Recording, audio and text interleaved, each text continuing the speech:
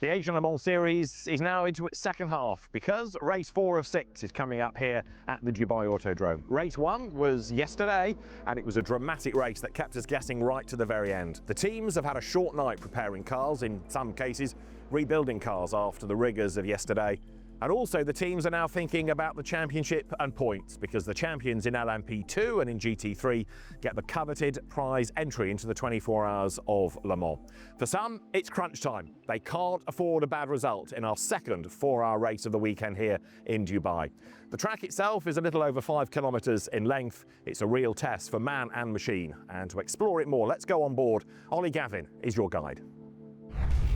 On board the number 56 Aston Martin Vantage AMR GT3 Ecuriacos Blackthorn entry coming down here at Dubai Autodrome. 16 turns, 5.39 kilometres into turn 1. Braking the 100 board hard on the brakes, winding it down to the apex there on the right hand side. Nicely done. And then back to the left and uphill here with the sections 3, 4 and 5. A small breathe here, just trying to get the front of the car back in again. Plenty of curb before this 5-6 section, taking a lot to curb there on the left and the right. Lowest part of the racetrack now, turning in from a wide line there, getting it back to the apex here at turn 7. Lowest point of the racetrack, back up through the gears and heading into turn 9. Banked left-hander, taking that sort of middle line on the way in there and then making sure hugging that apex and then using all the curb on the way off. Got to be careful of track limits there. Going up through the box, getting up to about 265 k's an hour. Does depend a little bit upon wind direction, but today looks like that's pretty good. Braking hard down to first gear, maybe just missing the apex here, and maybe needs to be down a gear. Sounds pretty low in the RPM. Then back to the left-hander, turn 11, and then little traction off corner, then braking uphill here into turn 12. Oh, a spinning car in front. Looks like the P3 car's gone off in front of us there. And then off of here, careful of track limits there on the exit. And downhill through this sweeping turn 13, sort of left-hander, and then spotting the brake point on the brake, on the bumps here. Quite bumpy, using the banked surface here to get the front back in. And then hard on the throttle, back through 14 and then 15 here. Careful of track limits there on the exit of 15 and lining it up for this final turn here at the Dubai Autodrome, turn 16, and that is another lap here in the Asian Le Mans Series. 3 races done, 3 to go in the Asian Le Mans Series. Graham Goodwin, we're at the halfway point, and yesterday's race at 4 hours wasn't long enough, was it? It was an absolute cracker at Pires. Yes, we had a couple of interruptions, but in all 3 classes, no shortage of things for Ollie and I to talk about. P2 cracking into that race. Alex Quinn really took the fight with the Nielsen car to the rest, and it became a battle of tyres to the flag, and it was the CrowdStrike by APR crew that brought home the goods. They take the win and close the gap to Chetilar, who managed to grab second at the end to make this a fight for the title. This is an important race today.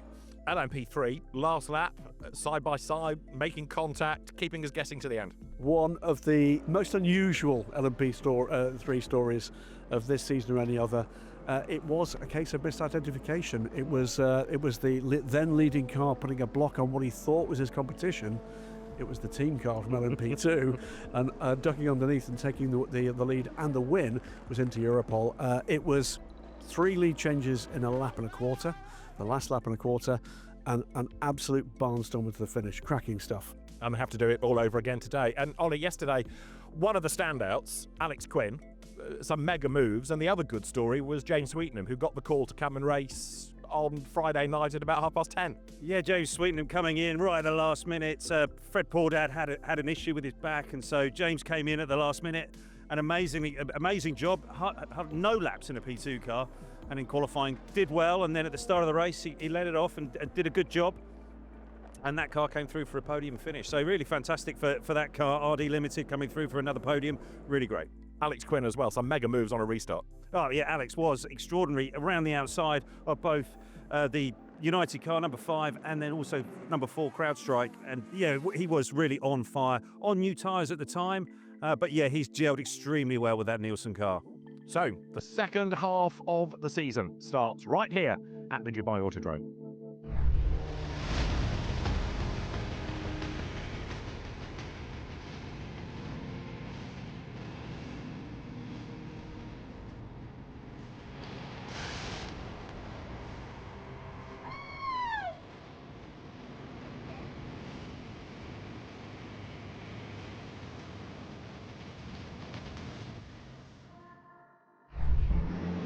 Sunday and race 2 at Dubai.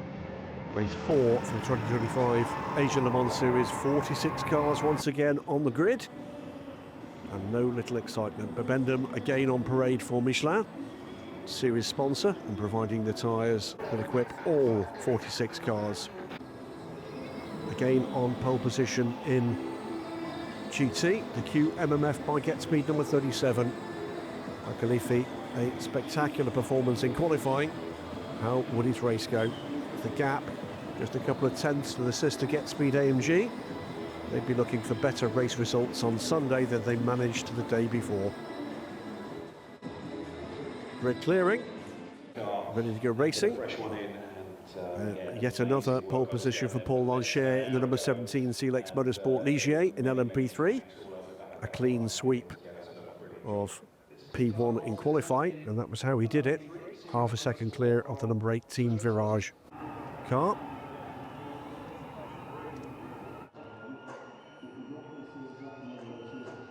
Dubai Autodrome in its 20th anniversary year, gathering enthusiasts.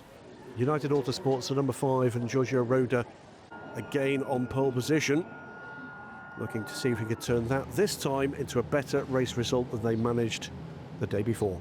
Of the 2 formation laps.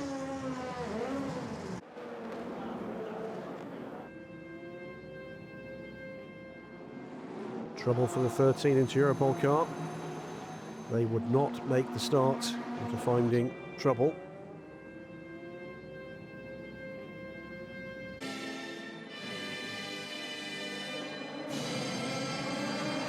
And once again, a busy but a clean start in LMP2. Giorgio Roda getting a great start ahead of this pack of 16 LMP2 cars, a stellar P2 field in the Asia Le Mans Series in 2025-2026. The trouble at the start would not come in LMP2, but rather behind amongst the GT runners. LMP3 cars streaming through behind. Roda getting the jump at the start on the 20 from APR and the High Class Racing 49, but there's trouble for Darren Young in the 21 AF Corsa Ferrari, spinning out, light contact with the wall. Yellow flags at this point. There would be a safety car called, albeit briefly, because Young would get the 21 car moving. Very limited damage. Lucky to survive what could have been a far more serious incident for the 21. There, the British driver back on course. And here's how it happened, just losing the rear end of the car under power out of turn 2. Clattered the wall, but luckily with no major damage to the Ferrari 296 GT3. Safety car it was, though, in the opening moments. The Ferrari's self-healing mirror, it seems, after the clash with the wall, bouncing back into place. Darren Young coming through to join the back of the safety car queue. Alessio Rivera watching on. Soon, though, back to green flag running, and there was immediately trouble for Giorgio Roda. It turned out to be a gearbox problem, struggling to find a gear, and a highly unusual issue for these usually spectacularly reliable LMP2 cars. That would put Jens Reino Moller in the 49 High Class Racing car through and into the lead.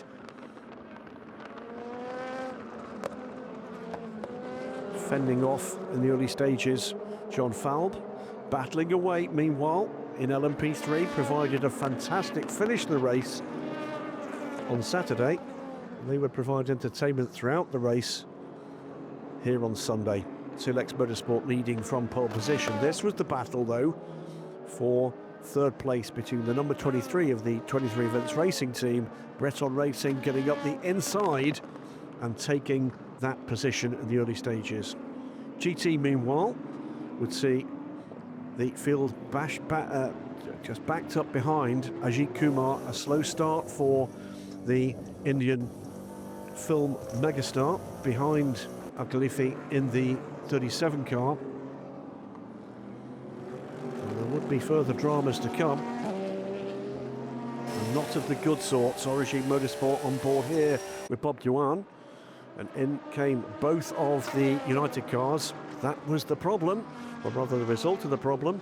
Al-Khalifi, after having suffered contact from the Ligier, losing control in the braking zone. We'll see what happened here on the brakes, loses the rear end of the car, and Al-Khalifi absolutely helpless in that incident.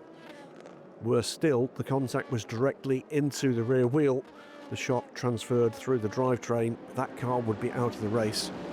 The 5 car too would be in race-long trouble. That gearbox problem, if not terminal, then certainly would be taking a very long time to diagnose and to fix.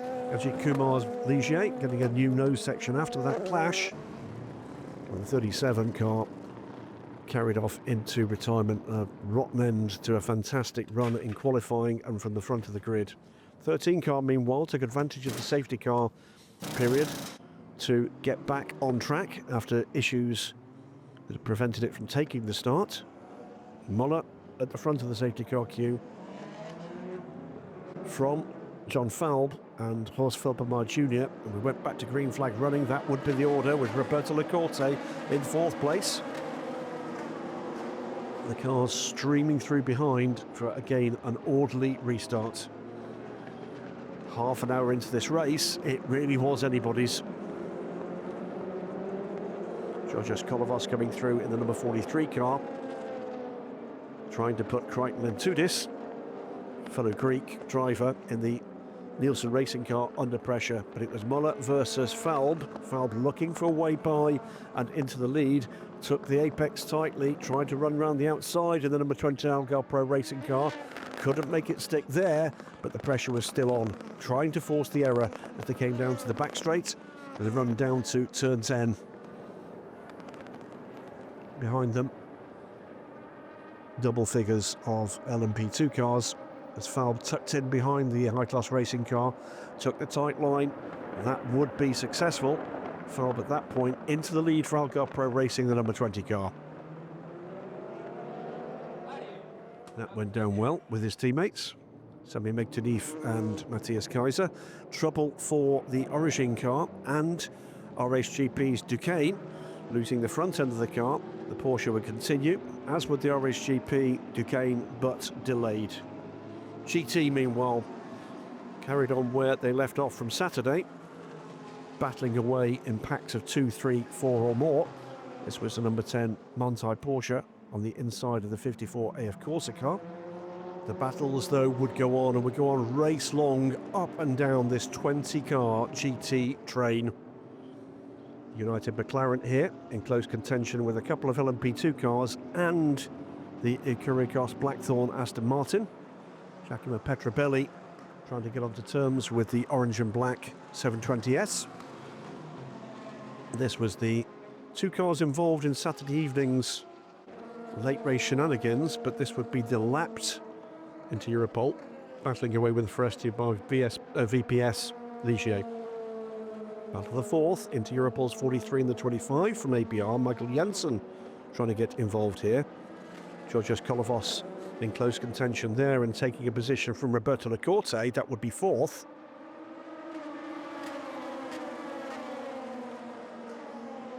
On and on went this battle. Trouble for the 51 cars. Charlie Samani in strife, having spun the chrome liveried Ferrari from AF Corsa. That came after a clash with Petrobelli. Penultimate corner, and trouble 2 for the Breton racing car. If you just watch here, very lucky indeed that there wasn't a significantly more serious incident as the 26 car was punted back across the racetrack. There would be damage for all 3, but in particular, as we'll see later, the 26. Origin's Porsche still led the way. behind. The gaps were measured in tenths up and down that order. Actually, Kumar getting a drive-through penalty as a result of that clash with the GT leading car. On board with Saturday winners Kessel Racing, Dustin Blattner, letting the CLX Ligier go. Trying to keep on terms of more trouble for both Ajit Kumar and Darren Young, this time together. We'll see how that happened. Kumar losing the rear end of the car once again, and as he spun around, his rear wing plucking the rear wing off the swan neck supports of Darren Young's 21. He'd get back to the pits and then effect a rapid repair, but Darren's afternoon was not looking the best. Corvette and Corvette battle here, both the TF Sports prepared cars. Meanwhile, Banksy in the 77 Proton Competition Porsche had a long and lurid spin, damaged as well to the front of the 77 Porsche. Tom van Rompuy trying to fend off Blake McDonald after TF Sport had put in a fantastic effort to fix this car overnight. This was the loss of control over the curbs for Banksy in the 77, and that clash with the barrier for the front right corner would see the 77 into the pits. McDonald up the inside of Tom van Rompuy. Of course, very well matched. Identical cars, all bar the driver and the livery, and for that matter the setup. Proton Competitions 22. Sliding out and just making minor contact with the GT car ahead, causing confusion behind, but luckily no further contact. Stefan Aust making his P2 debut in the two races this weekend. Just a kiss on the rear, we think, of the car ahead, but no harm done there. A delay, though, for a number of the cars behind us. They sought to avoid the spinning 22. Stefan would be back in action, though, shortly. Lead, meanwhile, all of a sudden was an APR on APR battle, 20 and 25, and with the third APR car, the CrowdStrike number 4 car, sitting in third.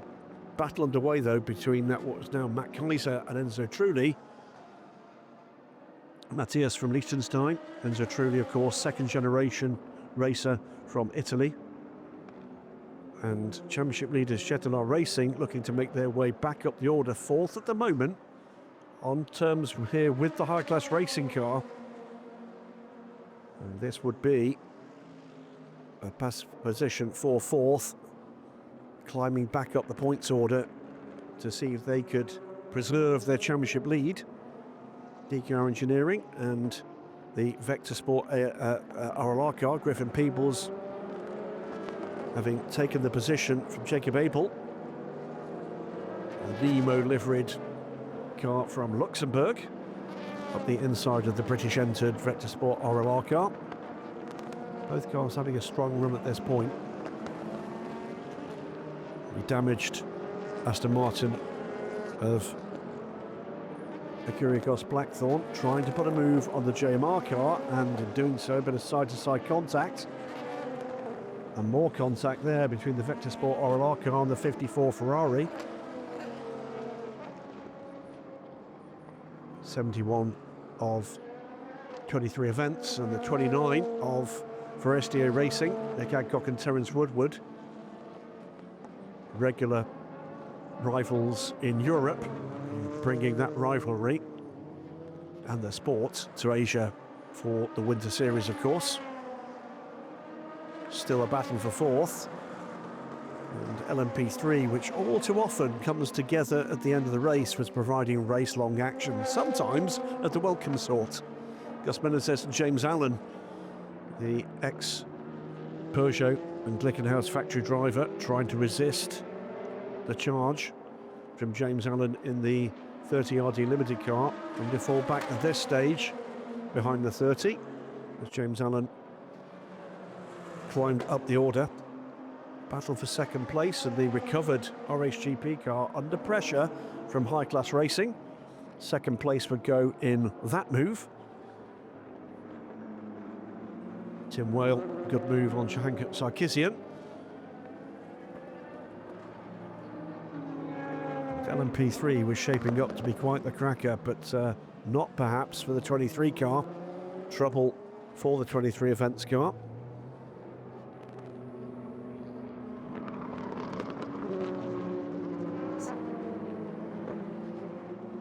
Lost that bit by himself, and that was a massive, massive incident. Wheel coming straight from the car after losing control, striking the barrier. And there would be an anxious wait. The whole wheel assembly in the middle of the track. Safety car, of course, called immediately. You see here what happened. Just the back end of the car breaking away.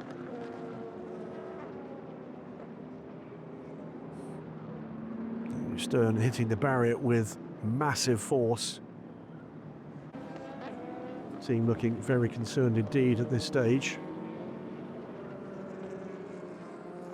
And happily, safety crew on site immediately. They'd be just making sure the driver was okay before any intervention on his behalf was necessary.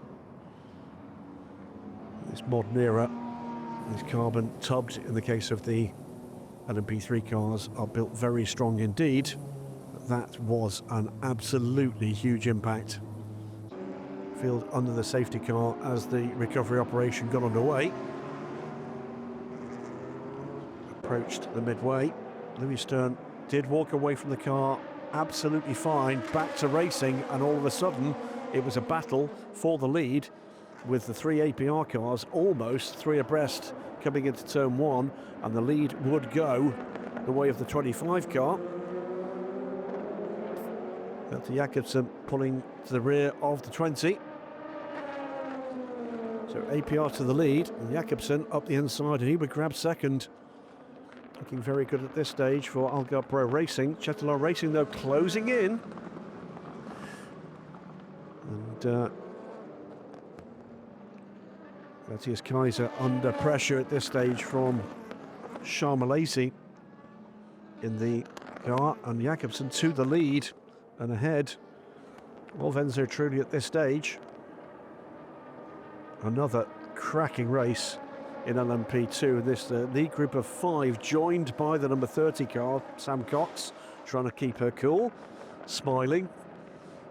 But that's three of her cars in close contention, and as we've seen already in the Asia Le Mans Series, anything can happen. Now three wide. This time it's the 47 and the 30 on the 20 car, both going by. But James Allen looking for a way by Charles Malaysi, taking the inside line, would look to make the move. And it was elbows out in both directions for this one. Malaysi having to take the escape road, and that would see the RD Limited car up and taking third position from the Chetelaar car. Meantime, in GT, number 11 Corvette putting a move on the 54, whilst ahead the luckless yesterday WRT BMW was right in the thick of things this time, running his second after a cracking opening stint from Tony McIntosh. See again, just elbows out and no room for Charles Malaysi to continue his attack, and once he's off the track must take that escape road. WRT BMW looking to make progress and soon be by the 54 car in what was a battle for second place. More battling in LMP3, and this was the battle for second place, and it was elbows out and contact between the number 17 from CLX Motorsport and the 87 from RSGP, Lena Bühler and Kevin Rabin. No such thing as ladies first in motorsport, as Lena knows all too well, already a race winner in Europe and looking to do the same here in Asia. She's edged towards the inside line of the track as the two looked for the ideal line through turn one, and it was the Duquesne and Lena Bühler that made her way through at this stage and up into second place. Once again, it was the 17 trying to take the line and finding the Duquesne was already there, regathering herself under pressure Buller keeping to a line and just grabbing the ideal line through turn 1. Pit stops as the race reached its halfway point. And a great run to this stage from the CrowdStrike by APR car. Winners yesterday, just 3 points off the lead in the championship as a result. Jakobsen stays aboard the car, looking after the tyres as we saw yesterday, and hoping to give Louis Delatraz later in the race the opportunity to take new tyres at the end of the race, a move on Saturday that contributed massively to that race win. LMP3 continuing to dole out the entertainment. Jetalar Racing on pit lane from 5th. Also on pit lane the 25 from Algarve Pro Racing. It would shuffle down the order with others yet to pit. Battle for 2nd in LMP3.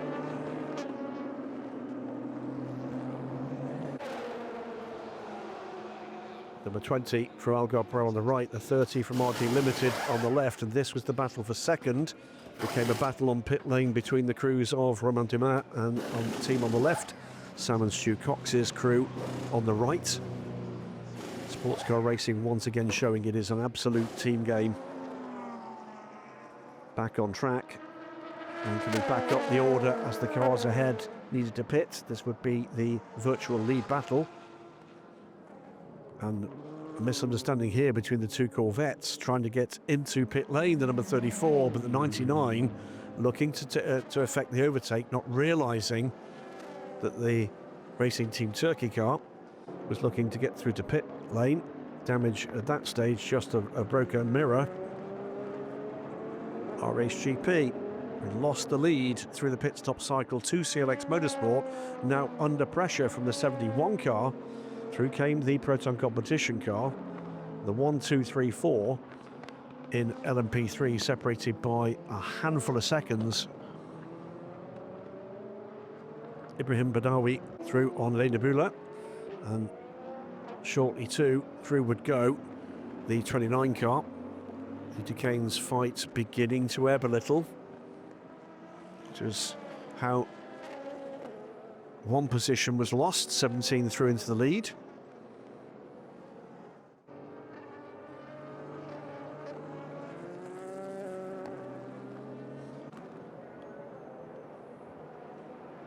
Leapfrogging the GT traffic, 30 and the 47. Currently at this stage sitting in 4th and 5th.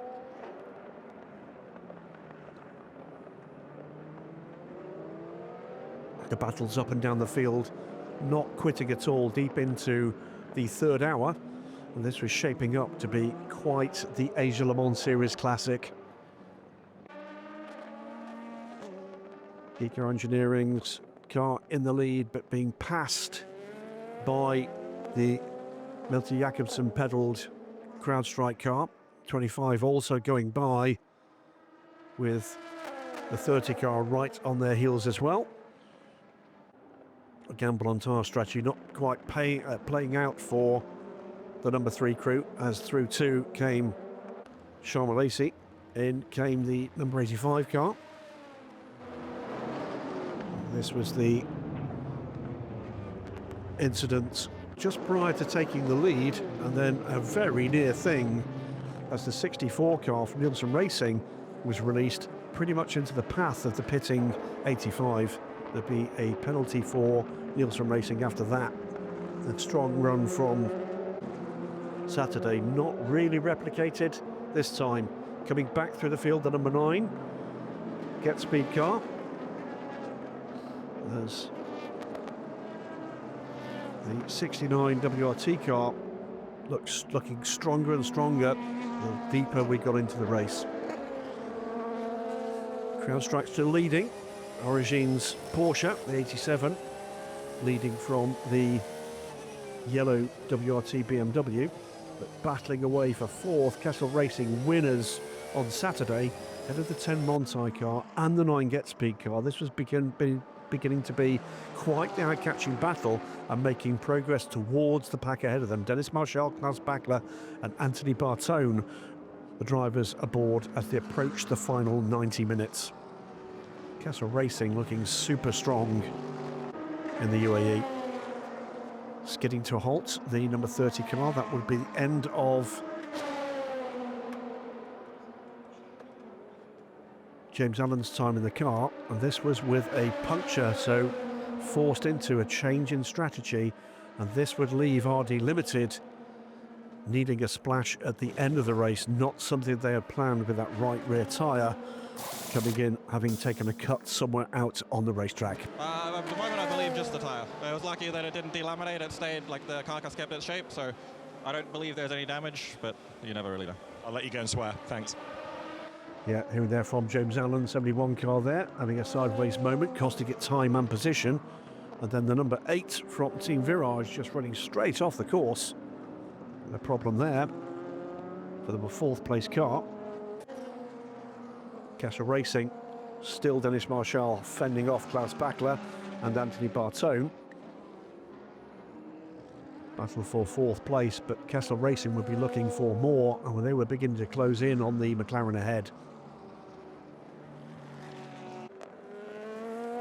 Alfie Jacobsen still at the wheel of the number 4 car, and once again a dominant run from the young Dane. Peugeot factory driver in the F1 World Endurance Championship was showing his class. He would be in with an hour and 15 minutes remaining. Clearance strike by EPR ahead of their sister 25 car. Then the Chetlar Racing car picking up positions and points as it did so. And then the 3rd APR run car with a strong run behind from ARC Bratislava in 5th, by the way.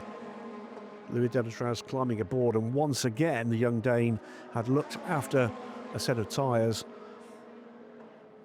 Delatraz would be taking those used tyres for his first stint, leaving fresh tyres available to attack if that would be required in the closing minutes of the race. That had been a great tactic the previous day. Jan Erlache pitting from 4th for ARC Bratislava. Paul Di Resta coming through in a car, the number 6 United car that again was forced to start from the back of the grid on Sunday.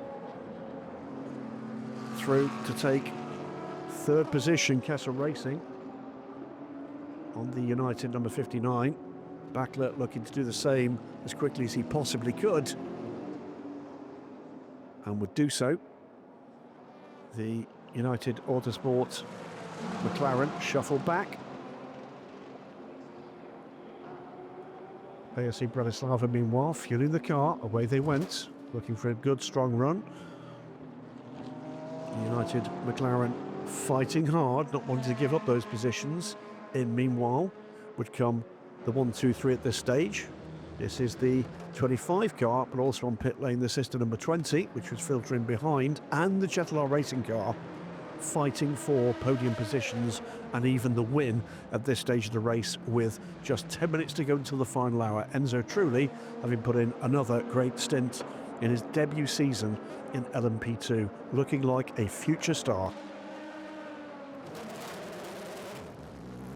Power down and away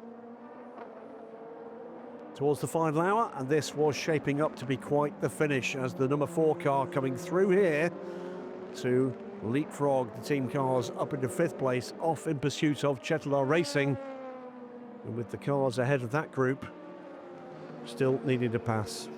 Animated Sean Malaysi was happy with his efforts.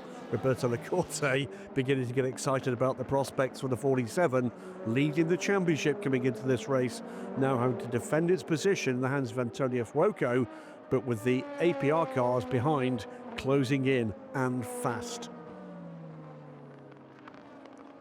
This Italian team, the Asia Le Mans Series, their only programme for 2026, looking to grab, if they can, the championship win of course, but with it that coveted entry to the Le Mans 24 Hours. Into the pits, the number 17 car, strong run again for the CLX Motorsport car from pole position, but this LMP3 race was shaping up to be an absolute cracker nose to tail for the prospective podium positions pretty much from the start. 29 car sweeping through into the lead at this stage for Forestier Racing. Louis Delatraz and Tom Dillman in formation, shaping up to close the gap, and they were doing that to Chetalar Racing. RD Limited ahead, but with trouble ahead for the French team. Through the battling LMP3s came the Algarve Pro Racing duo, and they could see their target, Antonio Fuoco, not that far ahead. Into the final hour, closing in on around the 40-minute mark. The pit stop window as the number 6 United Autosports car battling with the 43 from Inter Europol. Traffic around, side by side, and just a kiss between the two, and around would go the 43. And lucky to avoid contact with the pack that surrounded the Inter Europol car. Tristan Vautier was pushing as hard as he could in the lead. But with 50 minutes to go when he came down pit lane, it was obvious that this car, as a result of the out-of-sequence stop for the puncture, would require a splash of fuel at the end. Nothing but absolute maximum attack would do from this point forward. Meantime, also on maximum attack mode, and now into the lead of the race with the RD Limited car on pit lane, was briefly Chetalar Racing, but very soon Louis Delatraz with this move, feinting to the left and then a dive to the inside into turn 10. Swiss driver second guessing the Italian Le Mans winner to take the position and the lead. 46 minutes to go. The final pit stops for both were not much further down the road. CrowdStrike by APR to the lead. 47 Chetalar Racing just a second behind, but being closed down by the 25 APR car. Tom Dillman on a charge too, and looking and achieving on the following lap as Chetalar Racing went for their final pit stop, just on the edge of their fuel window, but that should be enough for Antonio Fuoco to make it to the end of the race. CrowdStrike from APR and APR. Could it be an all Algarve Pro Racing podium? We'd soon see. Fuoco out on track with the tyres and the fuel he would need to finish the race. As he left, in came Delatraz, and bad news at that same moment for the number 30 car. 5 seconds added to the next pit stop. That effectively put the sword to their opportunity or chances of a podium place. Algarve Pro Racing going to work on their number 4 and their 25 car. The team game comes into play, and the pressure now was on the pit crew briefly. Away went Delatraz, and in doing so would extend the lead to the 25 car. 30 coming through into second place at the moment. High Class Racing also in the mix at this stage, but RD Limited would require a pit stop, so too would High Class.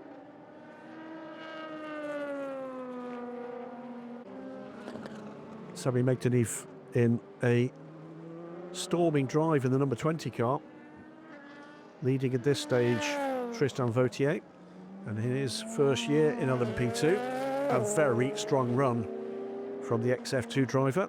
Missed the final stop from the 49 car that dropped them back down the order as pit stop and strategy came into play. Megtanif in for his final stop with under half an hour left. RD Limited's Tristan Vautier on maximum attack mode to try to fight for what position they could salvage from what was a tricky position from him, needing a splash with a 5-second penalty to come. But he would come by with the 20 car behind, and with the 4 and the 25 closing in. LMP2 meanwhile was shaping up to be a cracking finish with under half an hour to go. Matheus Rieper had gone by the leading 2 cars, The Slovakian proving to be ridiculously pacey in the number 71 23 events car. He'd pull away from Forestier Racing's 29 in the hands of Luciano Morano, Alex Jacobi in the 17. Was that done? Was that dusted? 24 minutes to go as the other two battled away. Meantime, the other class, GT, also with a nose-to-tail battle for the lead into the final 25 minutes, as Lauren Heinrich tried to get onto terms with Dan Harper, factory drivers in both cars, BMW ahead of the Origin Motorsport Porsche. Shaping up to be an absolutely classic finish.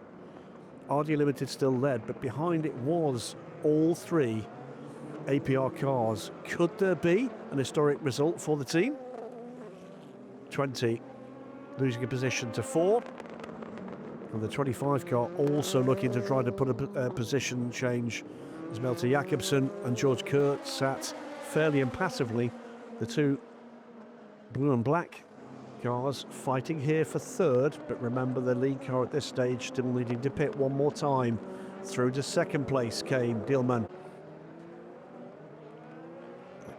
Second place battle here for LMP3, but what was that car in the middle of the track? That was the 71, the class leader, Matthias Rieber, stalling.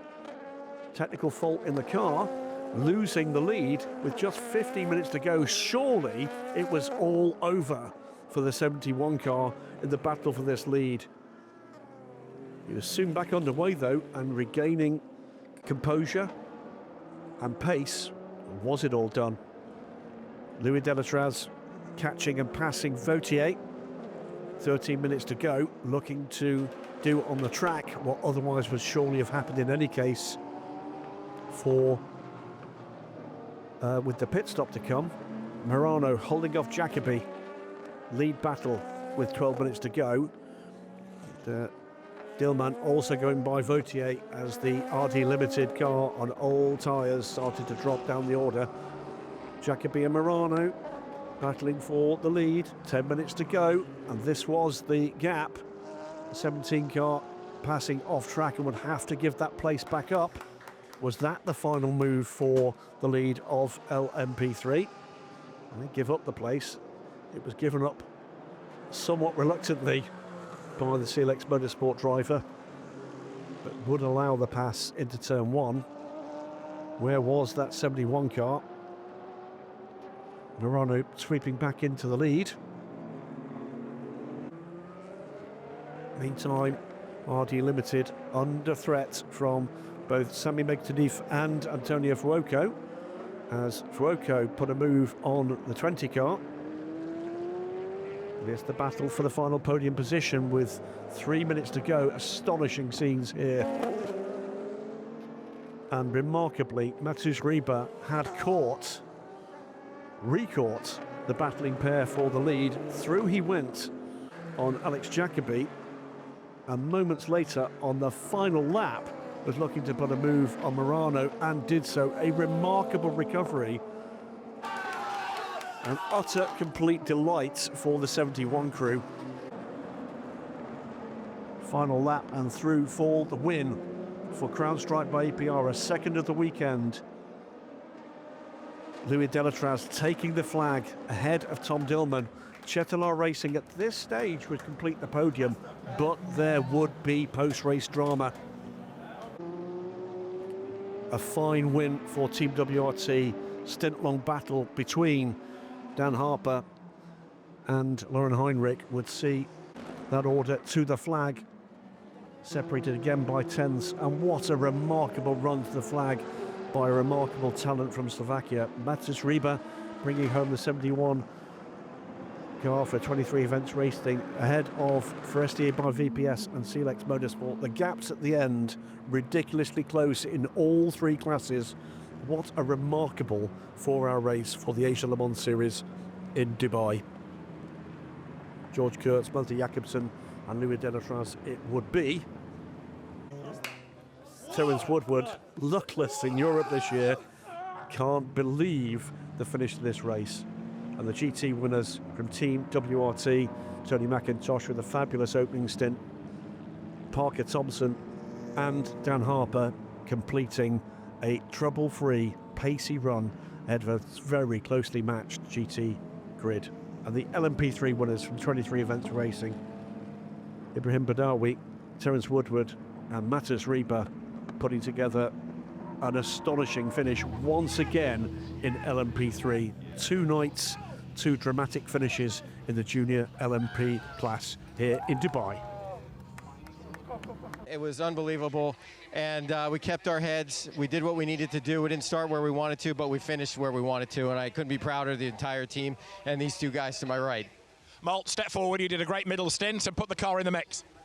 Yeah, it was obviously nice to take over the car from George. A lot, let's say, forward compared to where he started. So from that point, obviously, there was a few good battles out there. But still, we knew we had to manage our tires and to make sure that we could put the strategy together to have a new set of tires for the end. I was forced to take a little bit care of them at least, so Louis could start on my tires. But yeah, very, very nice to see and very happy to see that the team did well again. And thanks to George, Louis, and obviously all of the team CrowdStrike Racing by APR. Louis, what a stint. Another win. What a weekend. Yeah, it's awesome. I mean, 2 out of 2 is a perfect weekend, so we're super happy. It's good for the championship.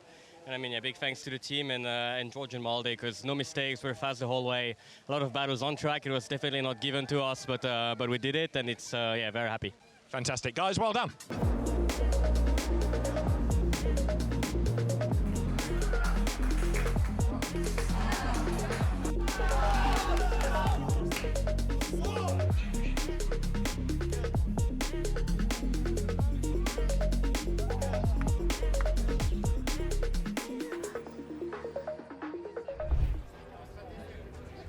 So this was the order at the end of the race. There would, though, be a post-race change to this order, and it would be an Algar Pro racing 1, 2, 3, with a penalty coming the way of Chetalar Racing for a fuel rig issue.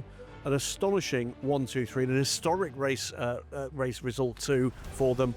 That amazing result for the 71 crew, taking the LMP3 win, and Team WRT taking the win in GT. The Chetalar Racing, yes, appeared on the podium, but they would lose that result, would drop to 4th. That would leave a remarkable position in the points, and whilst this showed them 3 points ahead, coming into the final weekend, it'll be even points between the number 47 and the 4. Fuoco, Malaysia, Lacorte, Kurtz, Delatraz and Jakobsen. An astonishing weekend in LMP3, and are we looking at some new stars here with the 23 events racing team, and in particular Mattas Rieber with an outstanding run to the finish. An emotional win in LMP3. Mattas Rieber, what a last stint. The car stopped on track. What was all that about? Yeah, a few laps to the end, the car stopped on track. I thought we are finished. I didn't even think we could finish the race, and I guess I was lucky and we could win it. We can see how much it means to you. Did you ever think you could fight back? Yeah, I mean, from the beginning of the race, I knew that I was faster than the guys in front, but yeah, this means so a lot. Fantastic, guys, well done. All the emotion on display there, and that is the points difference in LMP3. A single point between the 17 and 13, the 29 not far behind, and the 71 in the mix as well, sets up a fantastic last weekend to the end. Jacobi, Raban and Lanchet take the points lead. In GT, the number 10 car from Montai on the 3rd step of the podium.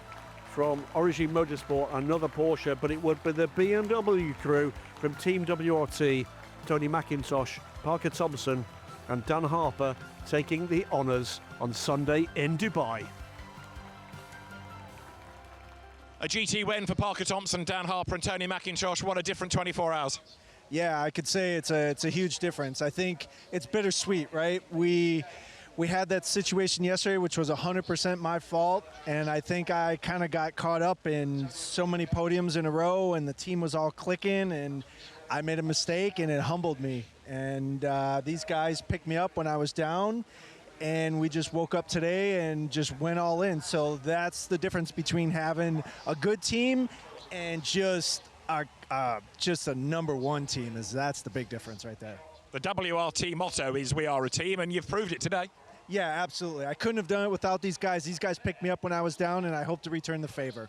Top job. Guys, well done. There we go. Castle Racing lead the points by a healthy margin for the 10 Montai car, the 9 Get Speed AMG, then the 69 WRT car as we come into Abu Dhabi. Chris Lullum, Dennis Marshall and Dustin Blattner looking very strong indeed. But one bad race of the 2 to come could put that result on its head. All the drama still to come in Abu Dhabi.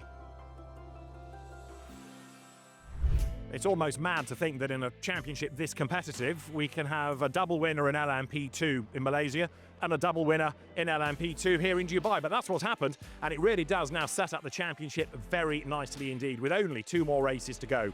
GT has given outstanding action all weekend, and LMP3 perhaps the craziest of racing, with the lead being traded on the last few laps in both races. So, 4 races done, only 2 to go. And that will determine who are the champions, with, of course, in LMP2 and GT, the coveted prize entry in the 24 Hours of Le Mans at stake. The story of the Asian Le Mans Series continues in Abu Dhabi.